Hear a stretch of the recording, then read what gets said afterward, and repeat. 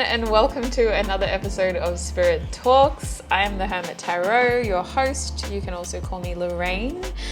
Before we get into it and before I introduce my amazing guest, I want to pay my respects to the traditional owners of the land that we are gathered on today. As you can tell from the footage, we are in the beautiful sunny Gold Coast down at the bottom southeast corner of Queensland.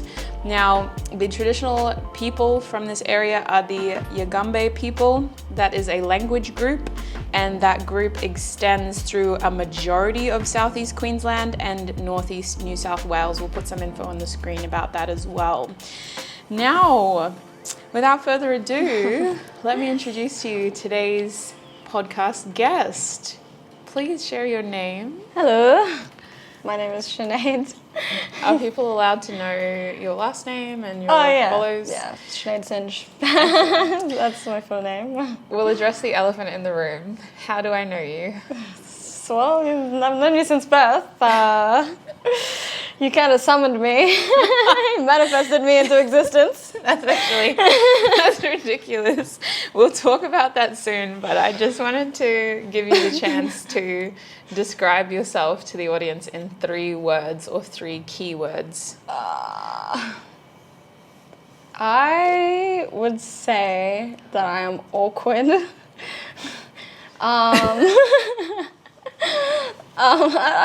Awkward.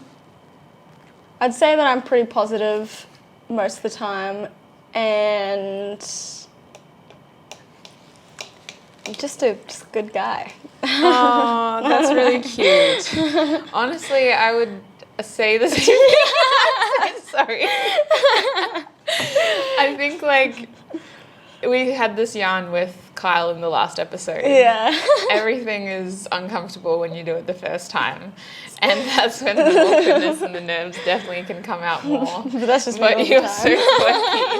quirky. You can make any regular situation awkward. It's almost a superpower. I've seen you get awkward around Mum. We've known Mum our whole lives. But coming back to what you said, we were talking about this episode last night, and we were talking about how we need to introduce her. And we were trying to figure out ways to introduce Sinead and the topic without it being too uncomfortable, because awkward is fine. We can be awkward on here, just as long as you're comfortable. Yeah. And then I was like, okay, so how are you going to describe yourself? And she was like, well, if I introduce myself, I have to introduce the fact that how I got here. So when Sinead was just a little egg in our mother's ovaries, I was gifted, I guess you can say gifted. It wasn't my choice, but I was gifted another sibling. And I'm the oldest of 7, so the 3rd sibling just happened to be another boy. And at that point I was 4, maybe nearly 5 years old. And I was like, damn, I got 2 brothers? This kind of sucks. Because before then, Alex was my best friend, Xander Digital. I'm not really in a healthy way, though.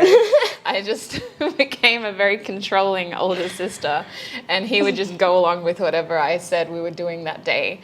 And then my brother Kyle came into the picture, and naturally those 2 were closer together because they had similar interests. No.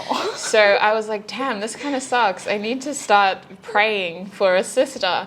And I remember doing it every morning and night and being really active in the way I'd talk about it to Mum and Dad. So Sinead was born literally a year after my brother Kyle. They would have conceived him only 3 months after Kyle was born. They conceived Sinead. So she happened to be a girl. So I literally manifested that whole thing. That's how I was just here. That's how I came Literally. here. I wasn't even born. I just You appeared. weren't even planned. The parents were like, oh my God. Our father thought he was not able to have children. Next minute he has 2 in 2 years. So Yeah. that's how you came to be. It was all you're doing. That's me, pulling strings from the age of 5. Come on. I'll pay you back, I promise. But that does really weirdly tie in with today's podcast theme. We're going to be talking about identity and what identity means to us, how it has changed over the years. And I think that it can be difficult. This is why I really wanted you here, because it can be difficult for a younger sibling to have their own identity in a family that is really large, let alone in a family with so many older siblings who have at times probably had a lot of the spotlight, if I can say that, because I feel like a lot of focus at times could have been on us older three. And I know that the younger 4 siblings, I had to count then, probably could all relate in their own way. But our growing up, childhood-wise, was very close. Oh, yeah. If that makes sense. Like, by the time Mum was 30, she had 4 kids. Ooh. And was pregnant with John. So she had 5 on the way. Yeah. So we were all pretty close in age, considering she had me when she was 20. Yeah. So in 10 years, there's 5 of us. And I think like it was so easy growing up to kind of get lost in each other's experiences. Yeah. I don't know if you would second this, but personally, I feel like I didn't really have an identity as a child. Not really, I was just kind of there. Just doing my thing. So what's your earliest memory of like you and realizing who you were? Honestly, probably wasn't until like I was in year 12. Wow. Like, and just figuring out what I was into and like starting to focus on like what I liked and stuff. Yeah. So that was, for me it was really interesting, and it was weird because it like didn't really have time to focus on me. I was either like looking after like the younger kids also when after you moved out, and or just helping around the house. So it didn't feel like, I don't know, Definitely. And that brings up an interesting point too, which you reminded me about last night, cultural identity for us. Yeah. And I think that's where I personally lost myself a little bit too growing up, because our cultural expectations, you're given identities and you're given roles which form strong parts of your identity. Yeah. So it's easy to like not be an individual. You just kind of fit into that cultural role that's expected of you as a female. So especially growing up, so Sinead did mention a lot of the women in our culture are expected. Excuse me, this is really gassy. Yeah, I was thinking I was trying not to gosh. burp into the microphone. Sorry, those who are listening to this on Apple Podcasts, Spotify, Deezer, Amazon Music, streaming on all platforms. Sorry to all of them. Sorry to all of them, but thank you for your support. No, so the cultural expectations are very much that you have to be responsible for the younger siblings, and your big part of your role is to be a second parent almost.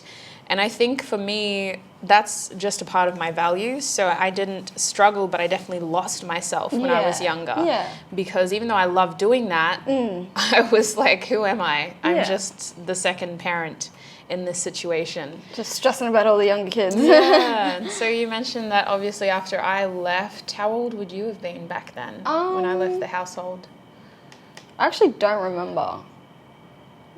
Well, when did you graduate? Goodness. So I graduated 2012. You're 2001 baby. So you would have been 11. Yeah.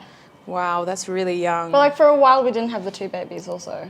Like the younger kids. So it was still like, in that time it was still really, I don't know. It doesn't really feel like I was conscious. No, wow.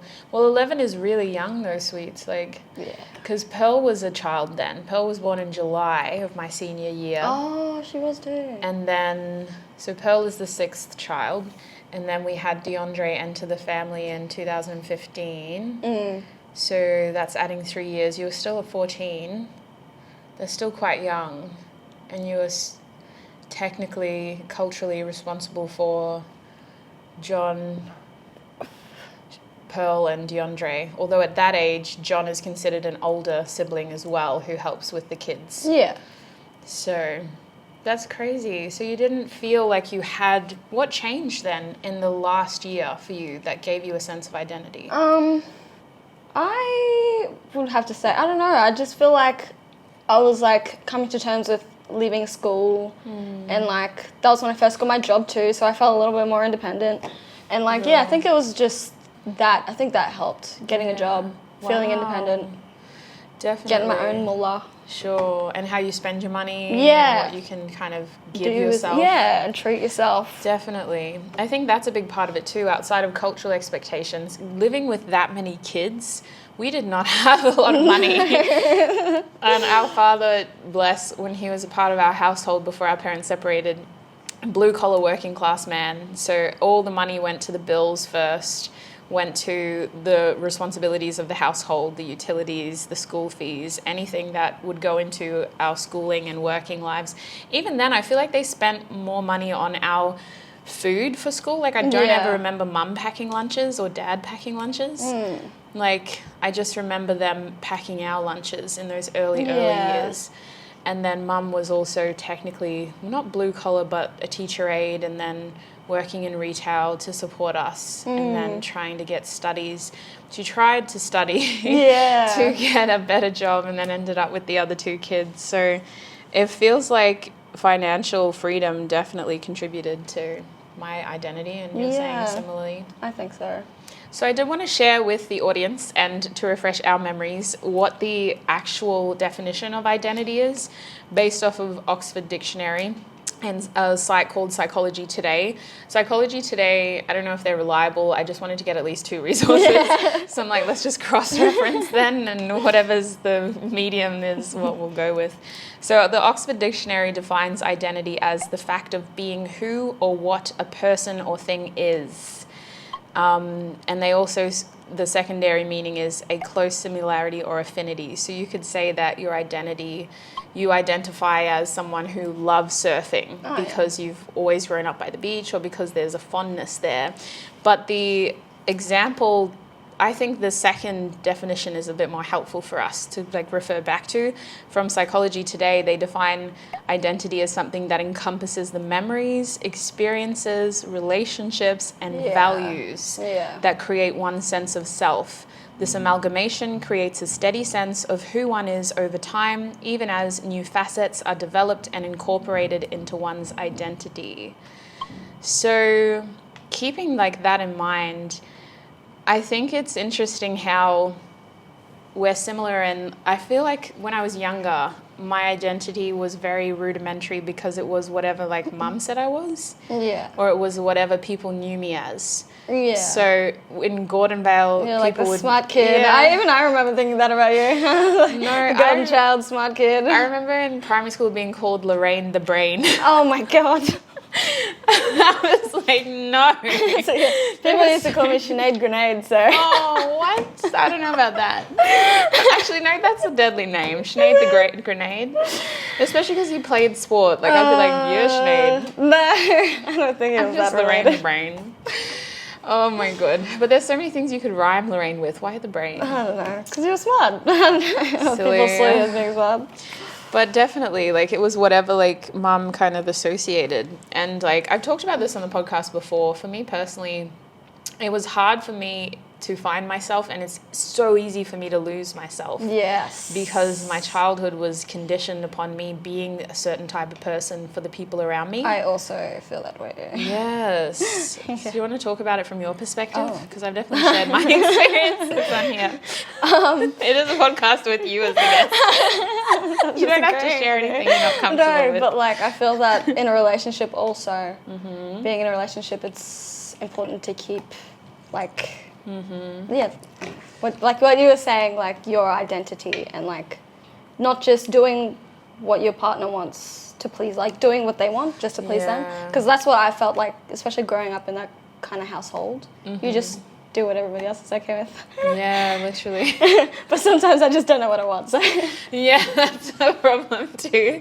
We've got to talk about that with you. So Sinead, I do know your big three in terms of her zodiac signs. You're a Pisces sun, Gemini rising, and I always forget what your moon is. I'm pretty sure you're like a Virgo moon. You're mostly mutable, so really indecisive. And like,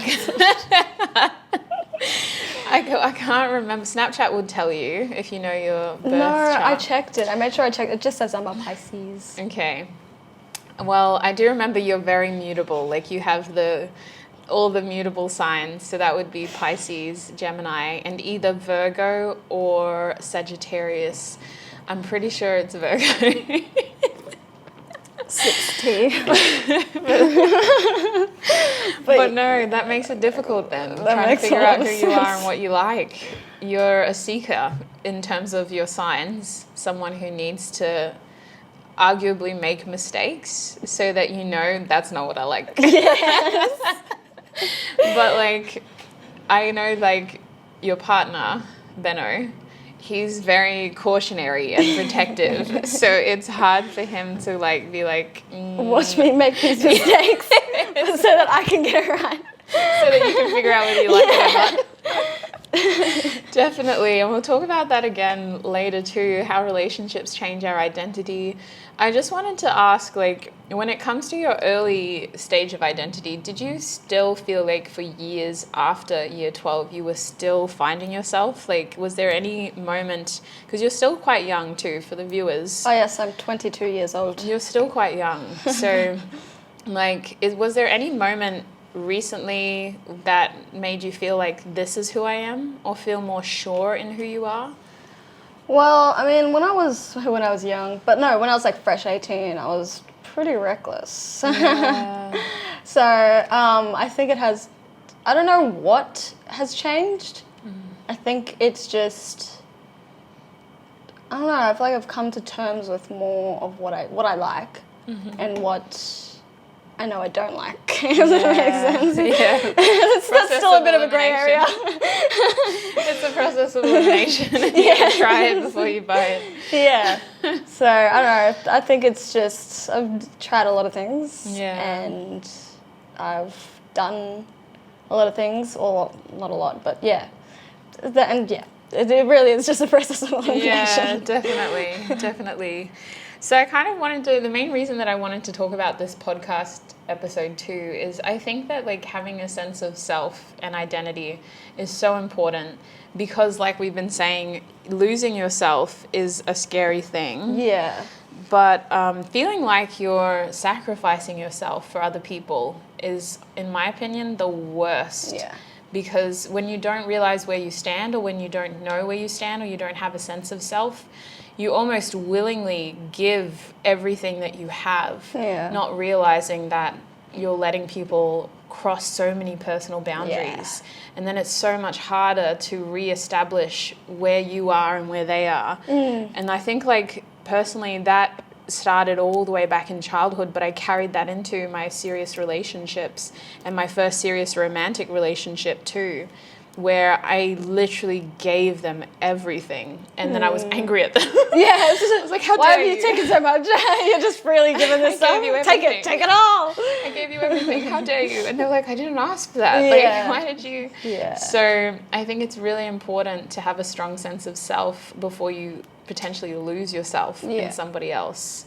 And I know we're kind of similar in that, and I know that like poor Benno, your partner, is forever trying to like go with the highs and the lows in terms of like, we're nurturers and we're empathetic and we're kind. And only to a certain point. But yeah, when you feel like you've given too much, you're like, damn, actually, I'll take that back. Yeah. That was nice for a second, but give me that back. It's too much. It's too much. I did want to talk more about cultural identity too, because a lot of our viewers and listeners are from other countries, or even if they're from Australia, like it's rare that they're a Torres Strait Islander. Yeah. So obviously Sinead and I share our same cultural background, but I wonder if like our roles in the family were slightly different because of the age difference, or if maybe you were introduced to things later, where I feel like for me there was so much exposure and almost nurturing with Akka's energy, especially. Akka means grandmother in our language.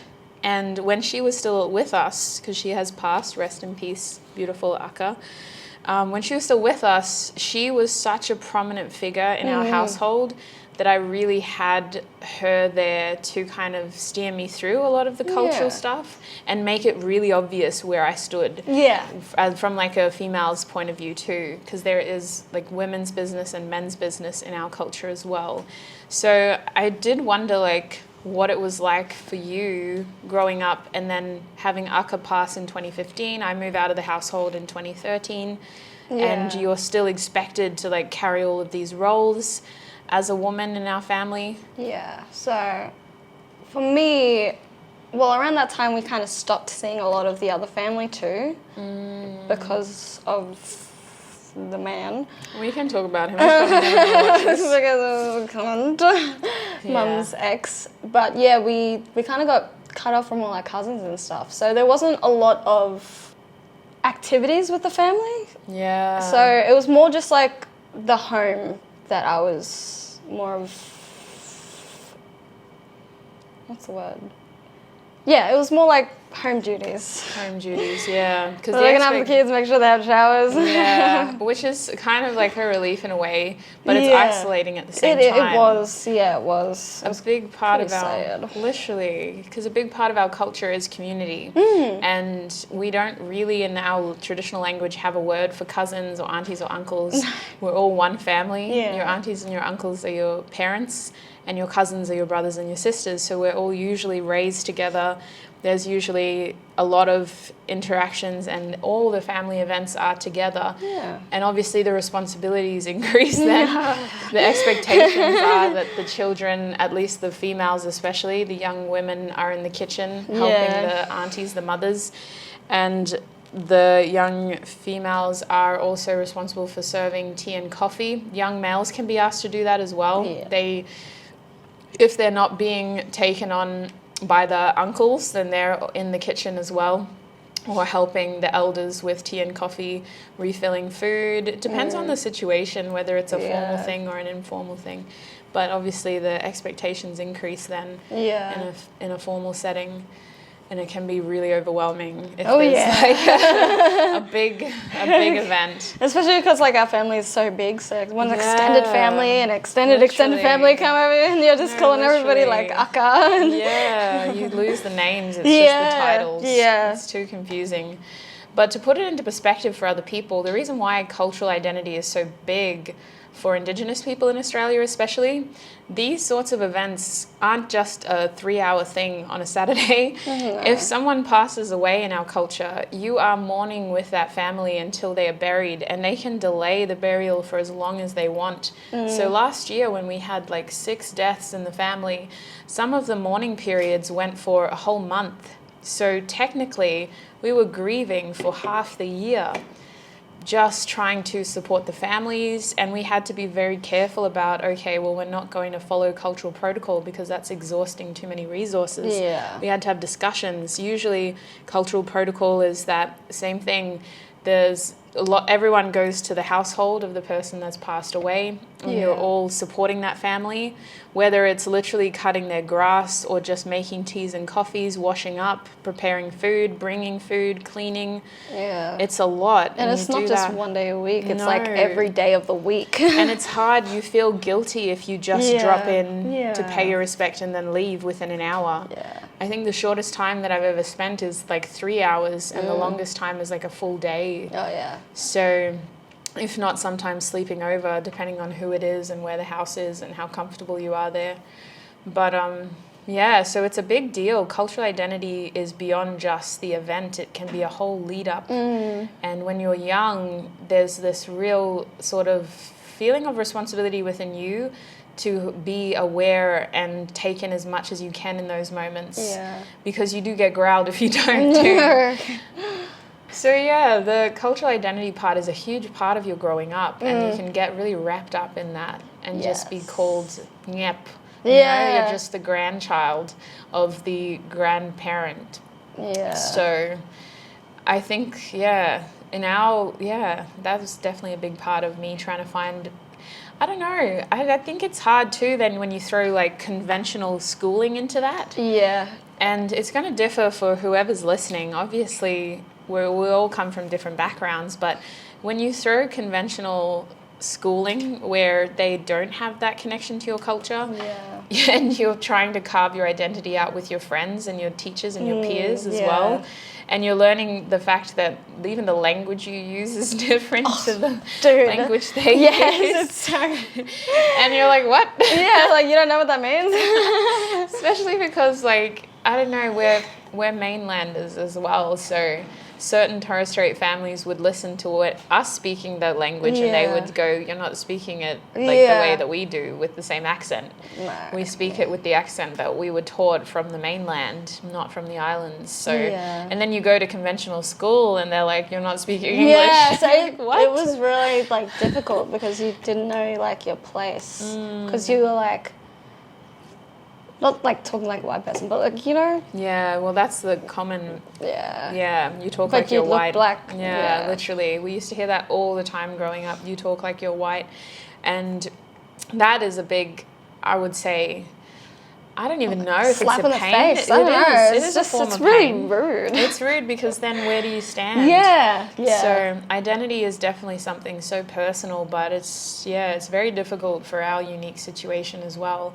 trying to carve yourself out, especially when they say that like the main concept behind it or the main definition of it is to kind of, the main way you forge relationships with similar values is through shared experiences. Yeah.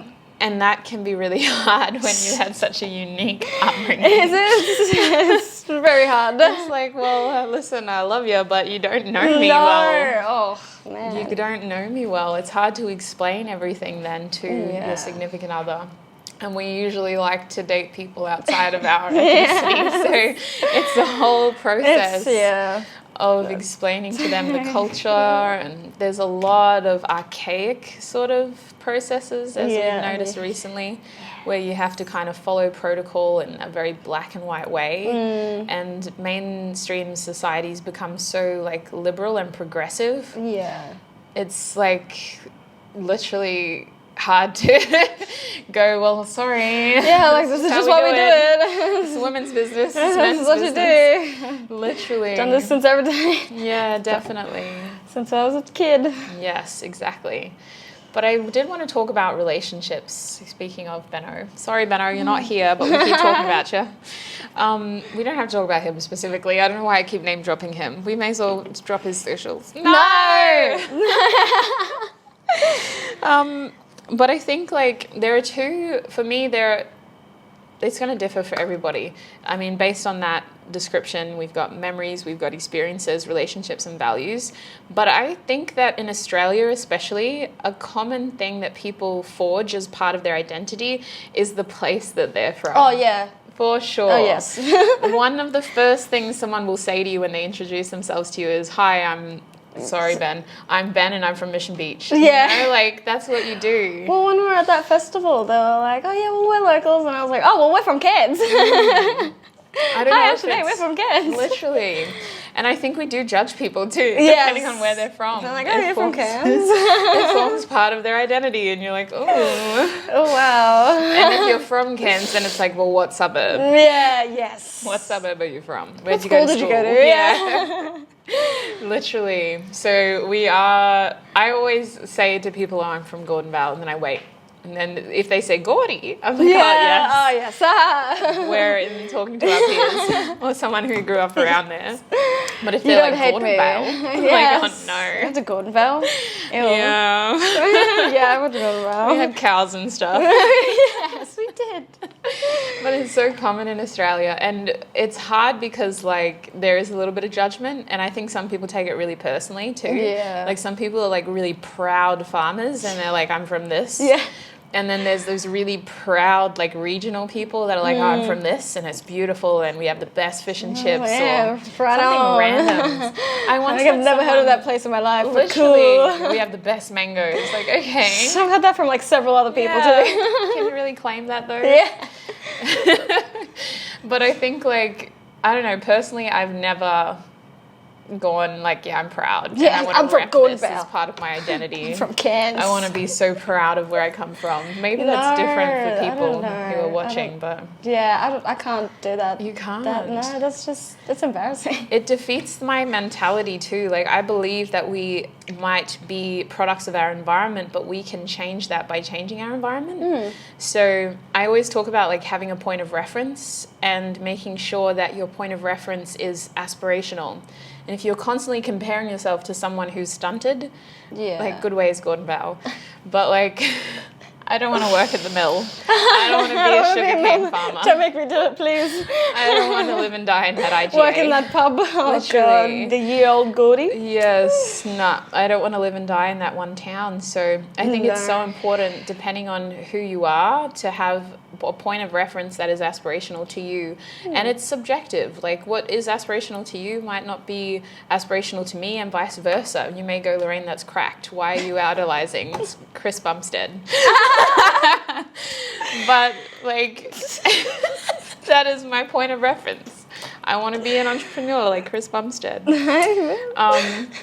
yeah, that's the thing. Like, I think it's so important to not stay stuck and stagnant. Otherwise, you are a product of your environment, or you end up emulating your point of reference and becoming everything that you see around you. So I am proud of Gordy for what it did for me in the past, but I'm not going to use that as my identity. I'm never going back there again. You'll never see me there ever again. And I will forever be loyal and faithful to the place that I'm from, especially Cairns as a whole. I love that region. I will always have a house there.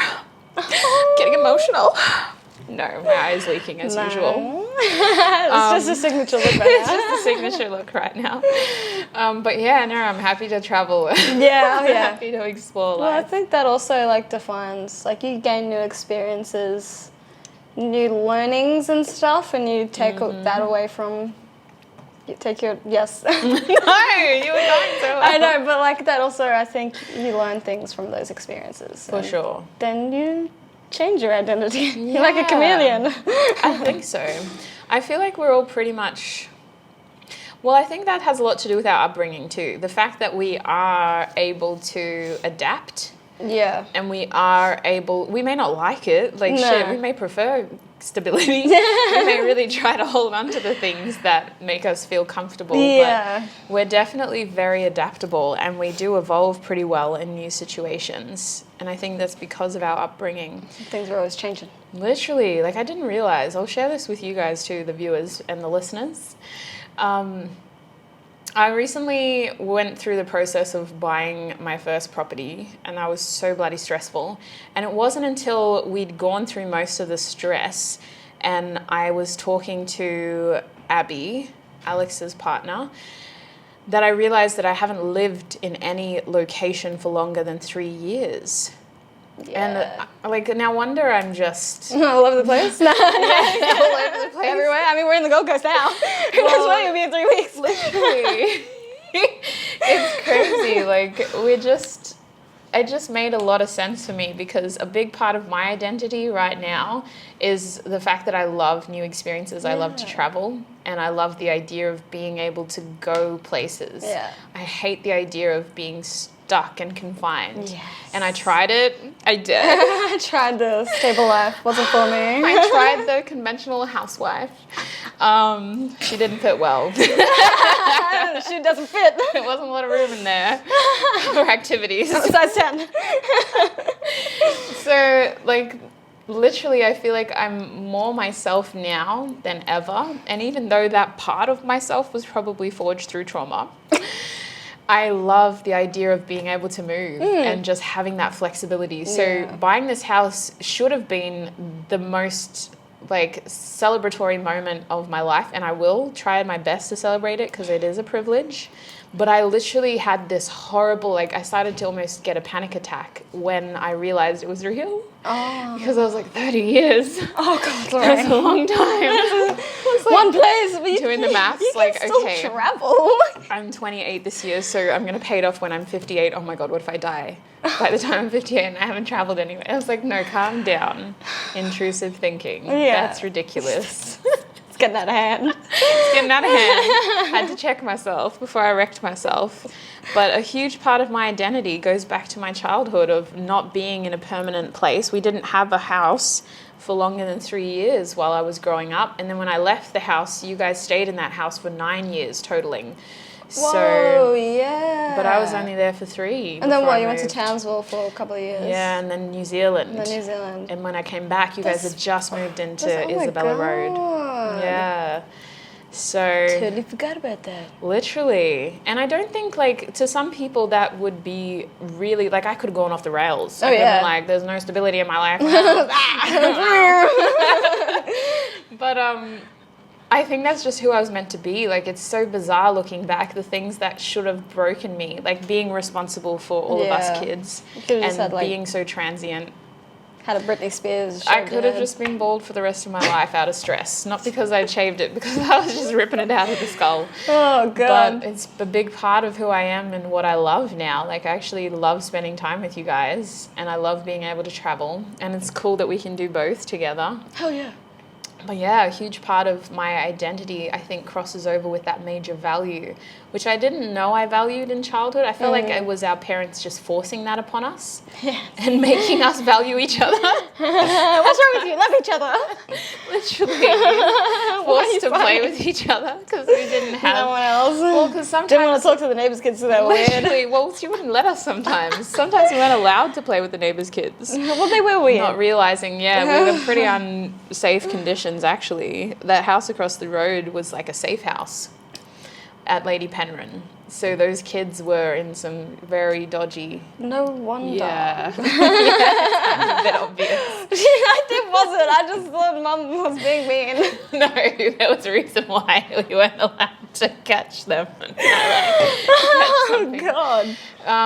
But no, like, I think it felt like a chore as a kid, like having to spend all those days together without... especially on school holidays. Because she would just kick us out of the house too. Yeah, yes. Luckily, they'd be over us. It's like, get out of the house. Get out of the house. Go play outside. 34-degree heat. So we'd be in the backyard just staring at each other sweating.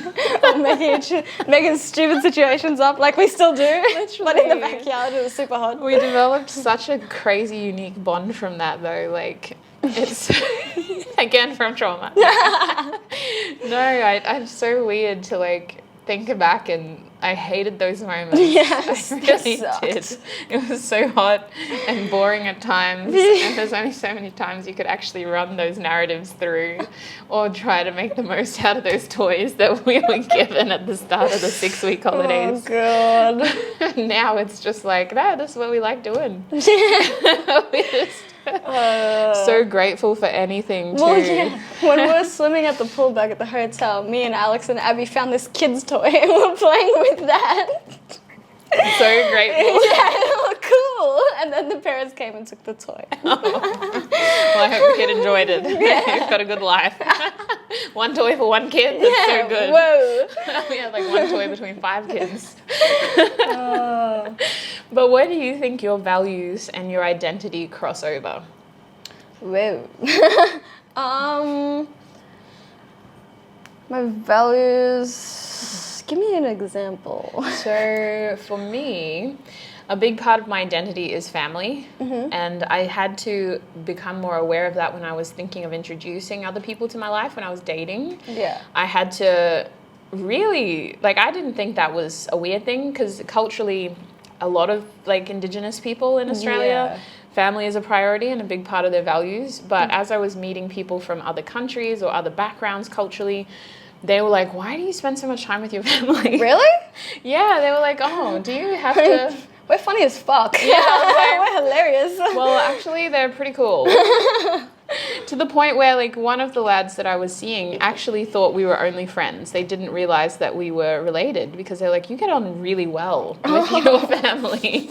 It's not common. So, like, a big part of my values is family. And that's also a big part of my identity because I think when I'm struggling and when I'm thriving, I like to be around family. And I like to get that because it grounds me and it reminds me of like where I've come from, but it also reminds me of why I do it. because the only reason I push myself so hard is to try to leave something for you guys and for whatever children come after us. Shot not. So, yeah. Oh, damn.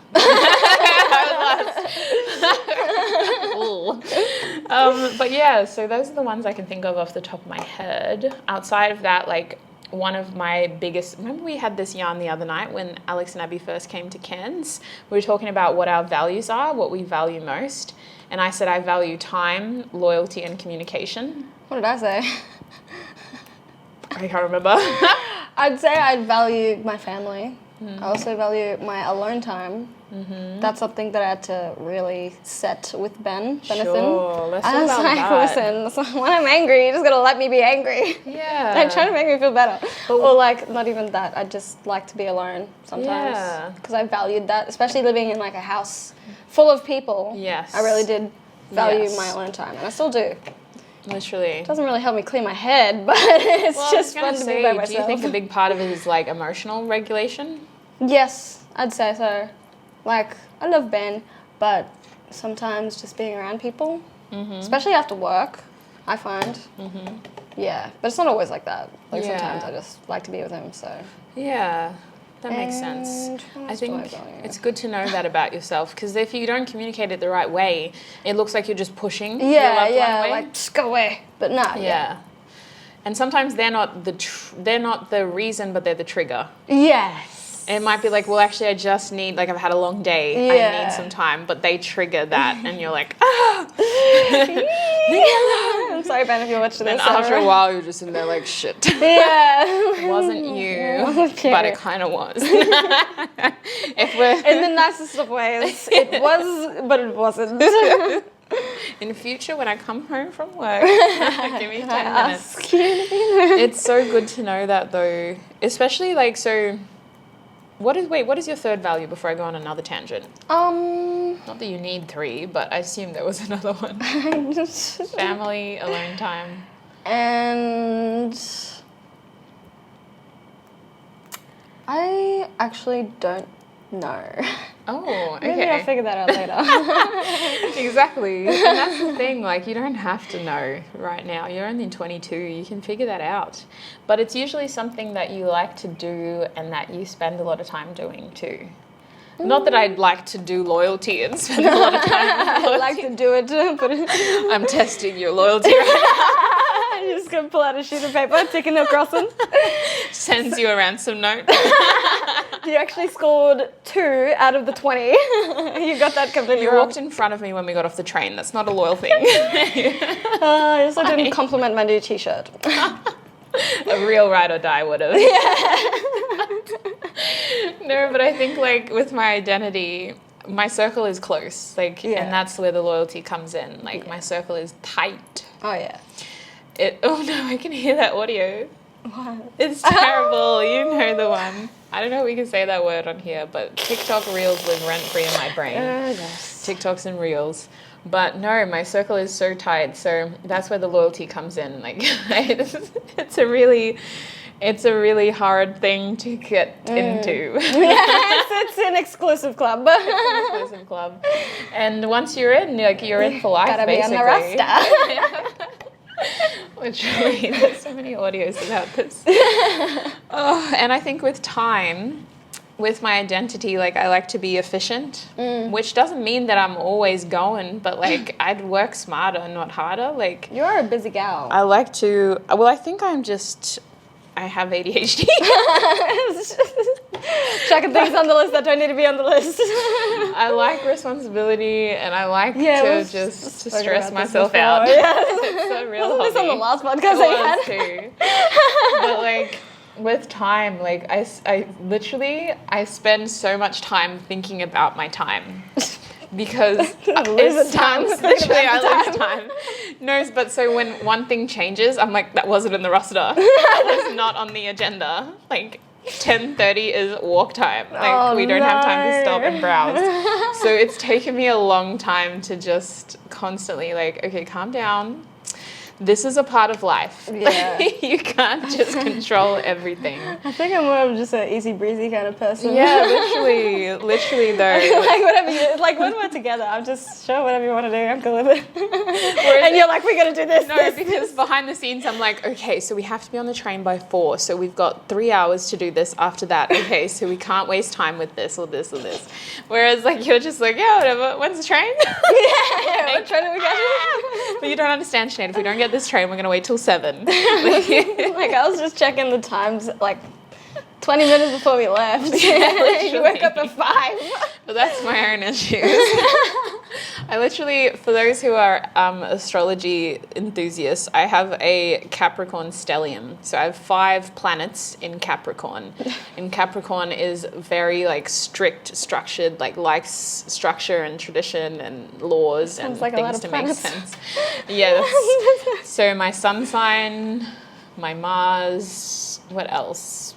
I can't remember anything else off the top of my head, but there's a lot. There's a lot. What do you got a lot going on? Yeah, and that's where I need to just like chill into my Gemini rising and just be more mutable and accepting of change. It's totally cool. You should do it. But with my identity, I think like I just had to accept it as like some people just see me as high strung. Like they only see me for 5 minutes and I'm stressed. I value time. You're just stressed. Just need to take a chill pill, man. Anybody tell her when you go to sleep it resets? Running out of time. Oh my god. Oh my god. But I think that's why, like, with your identity and relationships, because they do cross over, and you were talking about this earlier, like, you have to find yourself in relationships, especially, or you have to maintain who you are in a relationship. So for me, I feel like I'm losing myself when I start to compromise on those things, when I start to compromise with like time, loyalty, and communication. And it could be small at first. It could just be, oh, look, they chose to spend their time over here on the weekend instead of following through with the plans that we made. And if I am ridiculously drunk in love, I will literally be like, that's fine. I don't see any red flags. Like, they didn't want to, that's okay. They can go do that. But, like, with time, I've just learned that, no, this is a big part of who I am. And it's there for a reason. Like, my circle is small, my time is valuable. And communication is, like, you can't shut me up when I start talking. So please talk back. But how do you think that applies for you? Wait, what? Sorry. In terms of like relationships, identity, and values crossing over. Oh yeah. What are your experiences with? Because of when I got into a relationship with Ben, I was pretty, I wouldn't say lost. I'm just gonna fix your microphone. Keep going. I was like lost, or I just didn't know what I was into, what I was about. So finding myself in a relationship was pretty difficult, I'd say. Because you were 18 when you two met. Yeah, fresh 18. Ah! Yeah. That's a new thing. It was a fresh out of school thing. No. But yeah, I'd say it was pretty tricky trying to navigate your way through a relationship, and trying not to hurt Ben's feelings. Yeah. But like having to like put up these boundaries that all were coming out of nowhere, you know? Sure. So describe the dynamics in the early days, because you two are very different personality-wise and potentially maybe values-wise. Like what you thought wasn't a big deal, he did. Or maybe vice versa even. So, you can in the early relationship, I think I was just more reckless, or I was more like just fitting into whatever he was doing. Like the same thing, I was just going along with the flow, but a little too much, like kind of thing. And then I think it was hard for him when I was like, okay, but I don't actually enjoy doing this. And it was like coming out of nowhere. Like I actually don't like seeing scary movies in the cinema, like as just an example. But like, I think it was crazy for him. I think like the same thing as you were saying, like it was hard for him to understand like how much I valued my family and how much we actually like got along. Yeah. So, but I think he knew that from day dot. So Because he comes from a different cultural background too, for a point of reference. yes, he's white. I don't know, fair skin, but it's not fair skin. But yeah, so, and like he's close with his siblings, but like I wouldn't say like the dynamic that all of us have kind of thing. Yeah, and he's like the oldest sibling, but he definitely doesn't act like the way you act. I was so surprised when he, like, that's why I was like, you're the older sibling. Concerning. Yeah, sorry for you younger siblings. Well, yeah, that comes down to that cultural background too. Yeah, like, I think his so. parents were a lot more hands-on, and Yes. he was able to just sort of sit back and be a part of the. Yeah. Whereas, like, when you get to a certain age in our culture, you're an adult. Yeah. In the respect of you have responsibilities of an adult, especially towards younger siblings. Yeah. Yeah. So, yeah. It was pretty tricky, but I think it's always good to do that. It definitely is important.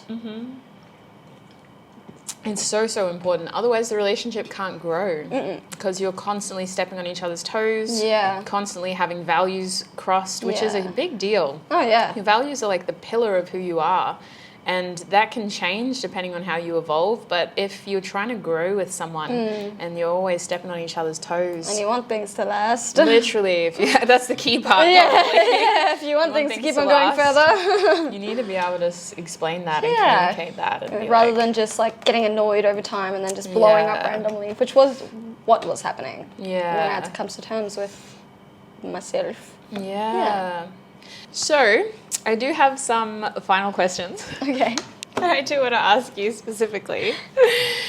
What age or what key events, and if you can kind of give an age or a time frame as well, do you think shaped your identity of who you are today? I'd say the major ones would probably be. I don't remember how old I was at any of these. It's kind of a blur back there. Yeah. I just remember the main things. It was probably when Dad and Mum decided to split. And I think the other one was probably when Akka passed away. And that was like, oh my God, because the whole dynamic of the family kind of switched. It was like kind of turned upside down for a little bit there. And I think the experience of being an adult, honestly, like, Yeah, wow. and having to deal with, like, okay, those people are shit. Those people don't actually like me. They're just faking it. Yeah. This isn't good for me. Doing drugs is probably not good for me. Yeah. That's interesting. You described 3 major endings in your life. Yes. So for you, do you think your identity is carved out from the endings and having to reinvent yourself from then? Yeah, yeah. Wow. Well, that's the thing. We sometimes don't know that about ourselves until Yeah. we talk to someone else about it. But like with Mum and Dad, what changed for you once they separated? I don't know. It kind of just.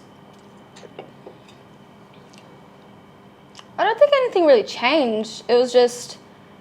It felt like weird because like the family had like broken.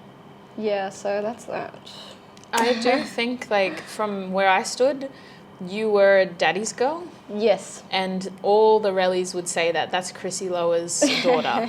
You know, they'd be like, you have his face. But in the female version, I don't mean that in any way. We know there's lots of reels about this. You're a beautiful woman. What a beautiful gentleman. And he's a beautiful man. He would love that. Oh no. But yeah, like, so I think maybe as a child, like 2000 and... Yeah, when was that? No, I was still young. It was the cusp of 2011, 2012. So, no, sorry, Oh my way God. younger. 2007, 2008. Oh shit. So you would have only been 6, 7? 7, yeah. So that's a young age. And you were daddy's girl in that respect of like a lot of the family from his side claimed you fiercely. Yeah. So I think, like, I don't know, just from where I stand and from what I know, maybe a lot of that was, I don't want to ever, like, explain your story or anything, but, like, we didn't just lose Dad, we lost his family for a while after that. Yeah. And that was a I big agree. part of our identity was his Yeah. family and the places he would take us to with his family. Like the creeks, all the creeks. Literally. Up to Goldsboro Way and stuff. All the camping, all the elders, all the Parties. all the parties. Oh gosh. Hold on a second. I did not respect that land. No, I cleaned up after ourselves. But yeah, crazy. And then the second ending you were talking about was Akka passing away, our grandmother passing away. Do you want to, because I already have an idea of what might have shifted for you, but in your words, in your personal experience, what do you think was the major shift for you and changed your identity after that? I'd say it affected me because, like, in a way where, probably because she was just around so much. Like, she was always there. Like, Almost annoyingly. you'd wake up at like 6 a.m. for school and then she'd be up doing the dishes. Like, you'd come home from school and she's still doing the dishes. Or, like, be having a mopping the break. floors. Literally. She'd be having a break when Like, we're waking hi, up. Akka. But yeah, it was just weird losing such a main figure Yeah. in your life. Yeah. In yours, no. In our lives. Yeah, definitely. Yeah, it was just quite sad. And like it goes back to cultural protocol, I guess. She was a matriarch, she was an elder. She was a pillar. She was an icon, she was the moment. She was a legend. She was someone who just held the family together. Yes. And it's crazy that one person can be so much, but she literally was so much. When she'd like growl you and then she'd laugh. And then you're like, okay, are you serious? We're in trouble. Am I Are actually we in friends? trouble? She's like, hey, get down from there. Come here, let Yeah. me give you something. So that's so interesting, and I don't think, I don't know, I don't think people realize, like, she was our safe haven too, I think, through a lot of harrowing experiences. She was the one normal, continual, constant, safe place for us. Even if she moved, even if the location changed, wherever she was felt safe for us. Yeah. So I think, like, from my perspective, a lot changed for me because I moved to New Zealand after she'd passed because she was the only thing really keeping me in Cairns. Really? And when she got sick, You were in Townsville at the time, yeah, right? Yeah. and after she had passed, I was like, okay, well, there's nothing holding me here anymore. I can't stay here because it's not good for me. It's not good for Mum if I stay. I felt like I was almost enabling certain things. Yeah. So I was like, I need to go. And so a lot changed for me after. But it's weird, like from my perspective, I would have said my relationship with Nelson. I never really thought back to her passing being a huge part of that shift for me and that change in identity. I think for me, like a huge part of my identity changing is my relationships and how they change. And that's why I'm so careful about actually entering relationships now, because I know I have that potential to lose myself. And I'm just really trying to make sure she's solid. She's stable. She's staying strong. True to herself. Literally, if we, no, what is the thing? If we locked in, there ain't no going back. What? I don't know what you're talking about. Someone will know. Someone out there will know. They get it. Whoever it. they are. So, but no, your third event. I'm still getting serious. Your third event is something, I think everyone could relate to that though, losing a pillar in their family. It will be different for each and every one of you listening. And also parents separating, unfortunately, that's really common. Sometimes it's necessary, other times it's unnecessarily traumatic. More Literally. bad, but it probably would have been more bad if the people stay together, you know? Yeah, and in our parents' case, it would have been way worse if they stayed together. Yeah.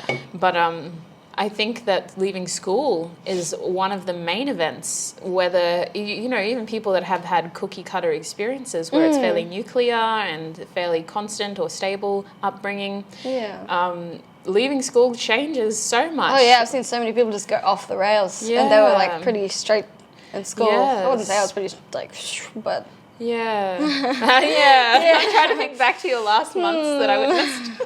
Yeah. We don't say that. Side-eye. But that's a huge shift because you're all of a sudden an adult And we have another younger sibling going through that right now. I think that it's a huge change going from, okay, you're a child and we're responsible for you, so don't do this, don't do that. Yeah, it's easier said than done. Literally. Like, I don't know how else to explain it. And you're kind of forced to go during the day into this location with all these other people, so it's easy for you to build relationships, and you're almost forced to build relationships. Yes. And then you leave that structure and you kind of go, well, damn, that place was the only thing keeping us together. Yeah, and you realize who the real ones are. Yes, it's very obvious then when you lose that structure what people's true intentions are in a negative way as well. Yes. Do you think friendships have shifted your identity as well, or your values at least? Has that helped shape who you see yourself being? Yeah, well, values, yes, or just knowing what's plain right and wrong in general. Yeah. But also just having to lay down some rules with friends and, you know, set boundaries. Yeah. But I think it's good because the ones that do respect your boundaries stick around. Literally. And they're like, okay, yeah, I see that. Well, I was going to say that because personally, and this is something a lot of people bring up all the time, I think having boundaries with friends is actually a lot harder than with family. A family I think member so. or a lover even, because you're more like, well, I don't need you. But I can ditch you easily. Get out of my life. Well, actually, like, here are my no's. That's great. Also, here's a list of things that you shouldn't be doing. Just an FYI. I will drop you if you do any of these. I'll also email it to you. Oh my gosh. To make it your cover photo on Facebook. Oh my god. A little timetable. Literally. But with friends, it's so much easier. I think because of the schooling experience, there's almost this unconditional bond where, well, we gotta kind of see each other anyway. So, so when you leave that schooling experience, to have to be so serious, all of a sudden it's like, what? Yeah. Like, I think it's, like, I've been pretty lucky in that I've been on the giving end of boundaries. I've had to kind of go, well, actually, I just want time to myself. Yeah. I need my alone time to recharge. But I think it's really hard being on the receiving end and having to deal with that low-key rejection I've overstayed my welcome in this friendship. I'll just leave. I've weirded things out again. Things uncomfortable. Because it is hard. Like, you kind of don't know where you stand then. Yeah. And repairing a friendship can be harder than a relationship sometimes. Because there's so much more physical displays of intimacy, I guess, in I would almost assume that, like, repairing like a romantic relationship, it's like obvious you're on good terms because you're more physical with each other. You want to spend more time together. But with a friend who may have connections to your workplace or to where you went to school or to a place you go to often, it's a little bit harder to repair that and to kind of go, I agree. We're on good terms now. Yeah, because it's not, you don't just like shake hands and you're like, yes, that was good. Sorry about that. Won't happen again. Thank you for respecting my boundaries. Yes. We're back together again. There's no verbal confirmation. Not really. No. And there's almost no obvious, at least when I was younger, I try more now because otherwise you're in a lot of grey areas. Yeah. And I've had a lot of people tell me that they were my friends, and I was like, oh. No. Oh, honey, no. Oh my gosh. I had you on the acquaintance list. Had you on the acquaintance list? I would fully like, oh yeah, that's this girl that I used to know. And they'll be like, that was my friend. She was like my close friend. I'm like, oh wow, I really need to be more obvious with where I stand with people. But yeah, anyway. That's also awkward though, because you know, you're my acquaintance, walks away. We're not like that. Yeah, we ain't like that. Well, I've made it obvious in my behavior, like, well, I'm actually out here with my family tonight, so I'll catch up with you later. But yeah, it is hard to put that boundary there, to be like, no, you're not coming home in the taxi with me. Just giving out acquaintance stickers. Yeah, acquaintance. Somebody that I used to know. Somebody that I don't want to know. Please leave me alone. So I think, like, yeah, for me personally, key events would have been key friendships as well that have had to transform because I've had to reshape my identity. Because I lose myself in people that aren't even romantic. Like, I'm just such a like addictive personality in that way. Yeah, and a lot of my friends are too. So we end up losing ourselves if we don't. Like our friendships are stronger when we're apart. Because when we're together, we just get too wrapped up in each other. And then you guys are all exhausted by the end of the day. Literally, we have to give ourselves time You to still want to hang out recharge. with each other. And then we just keep in contact online. So that's good. It works. But I also wanted to ask, so we kind of covered this. One of the questions I was going to ask is, what do you think the main reason for identities evolving is? Well, what did I say before? No. Loop back. Loop back. Just cut to whatever I said back then. Past Sinead was wise Sinead. What she said was for real, for real. Basically, what I thought when I wrote that question is, I think a main reason for human beings who crave connection is relationships ending. I think either whether it's because of tragedy or whether it's because of something that you've agreed and consented to. Whether you've had to just deal with it, like a parent separating. Oh, yeah. Or someone passing, or whether you've kind of gone, nah, this is the end of the road. Yeah, I think a big this part has of to it. stop. Yeah, please. I guess that's like leave. putting up your own borders, forming your own values. 100%. Or just realizing your own values. And just recognizing that maybe a big part of you was also with them. Yeah. And a big part of how you identify yourself was also with them. So I do think that that's one of the major tests for humans is relationships ending and then us needing to evolve beyond that Yeah. of who we were with them. Oh, I will say, how hard is it to make new friends though? Holy it is shit. so hard to make friends What as an the adult. fuck? It's so hard. Let's talk about that. Oh my Holy. god. Why is it so I don't hard? know. Why is everybody dickheads? Wow. Wait, what is your problem that you Oh, encounter? I don't know. Maybe something's wrong up here. I don't know. No, because the thing is, like, what do you think it is? I don't know. Some Can you give people- examples? Well, I just don't. People are just either really mean for no reason or like to pick apart other people a little too much. Like there's, a little bit of bent is okay, but like when they're just putting down people. Oh, yeah. We That's don't just want those so kind of bad. friends. We don't need people that are jealous or picking you apart instead of building you up. Not even that, just picking other people apart. I don't like and like that. you don't even know. Like Yeah, I don't like that. I don't like it when people bring other people down to build themselves up. yeah, that's just. Which is why I don't listen to some musicians. Oh. Yes. We won't name her. That would be controversial. Yeah. But I don't think that you need to tear other people down to normalize your own behavior. That's a red flag. Red flag.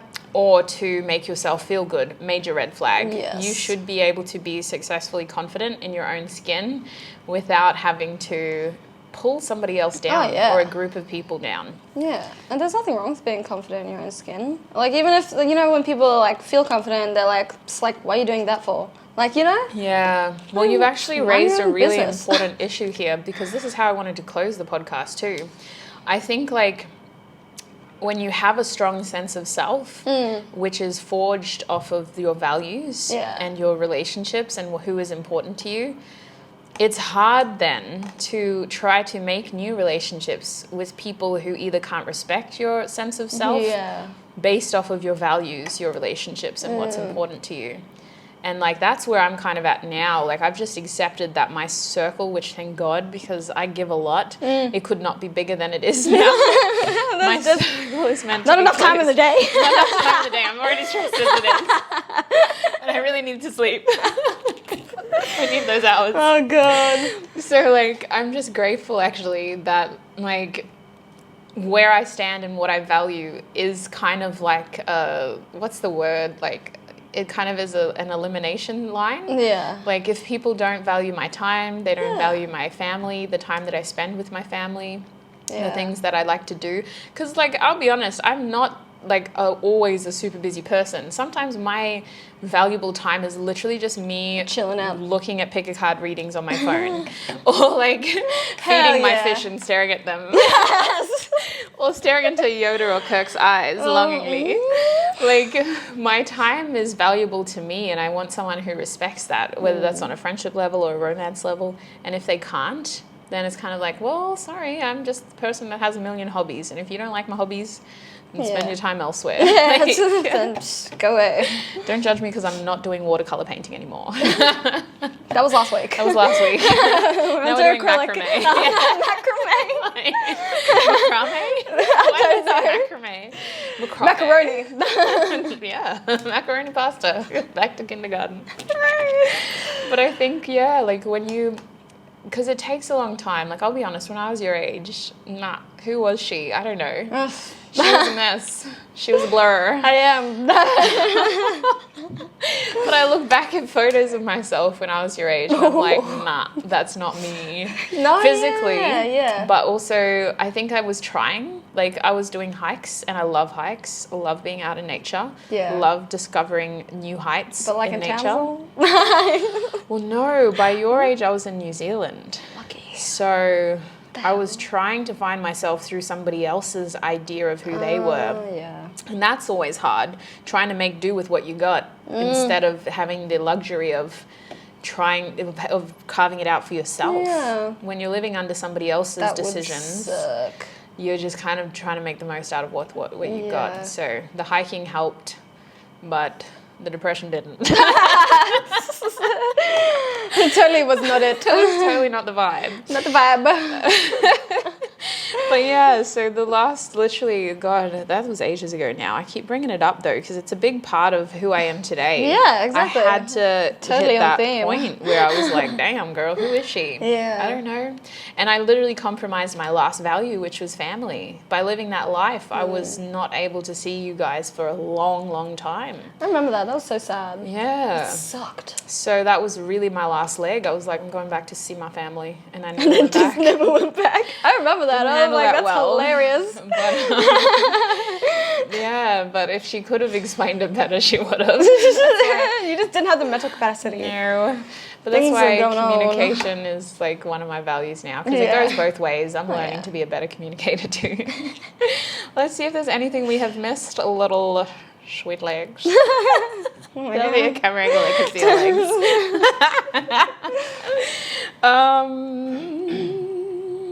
I guess I just wanted to ask, like, the last question is, do people who are close to you, which I think you kind of touched on, need to share aspects of your identity, whether that's memories, experiences, values, relationships? I wouldn't really say experiences, more values, I think. Mm-hmm. Especially like because my friends, or my one friend. Woo!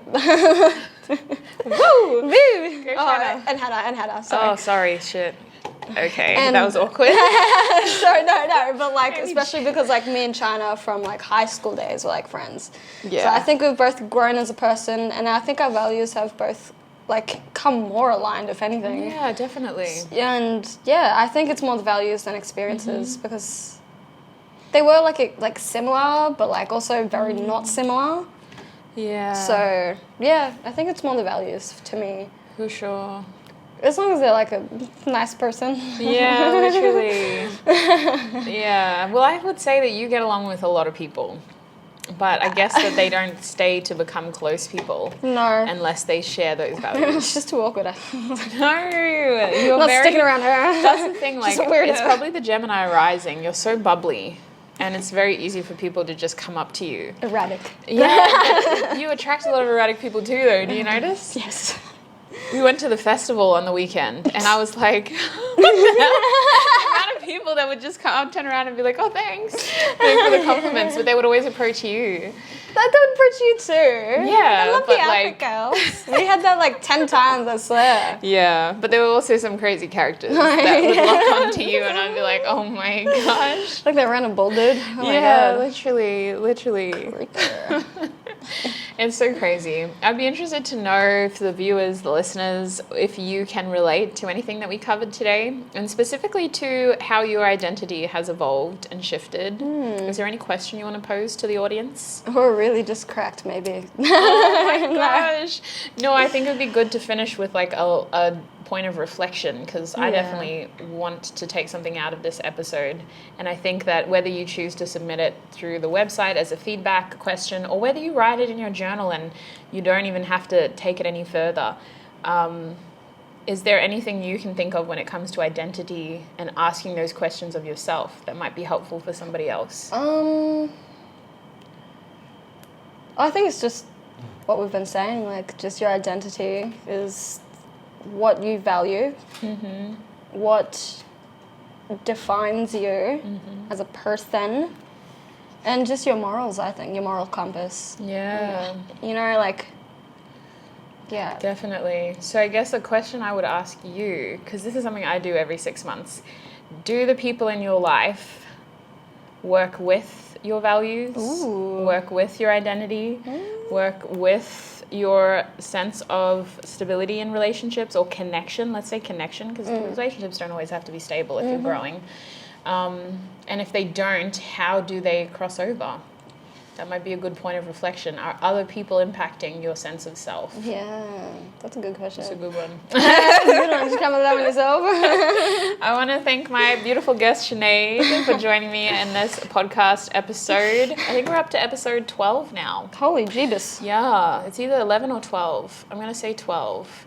But thank you so much. And thank you, everybody who is listening or watching. We hope that you were able to laugh at us at the very least, while also gain some points of reflection by listening to our experiences. Maybe. Yeah, who knows? It takes a lot of courage to talk about your past, especially when it hasn't been easy. So thank you so much, Sinead, for being here. And I hope that we were able to connect with some of y'all who are listening or watching. Yeah. Please do leave me feedback. Follow the links in the description box if you want to see more from me, or if you want to fill in a feedback form, if you want to see more from Sinead. Thank you again for watching, and we'll catch you in another episode. Bye.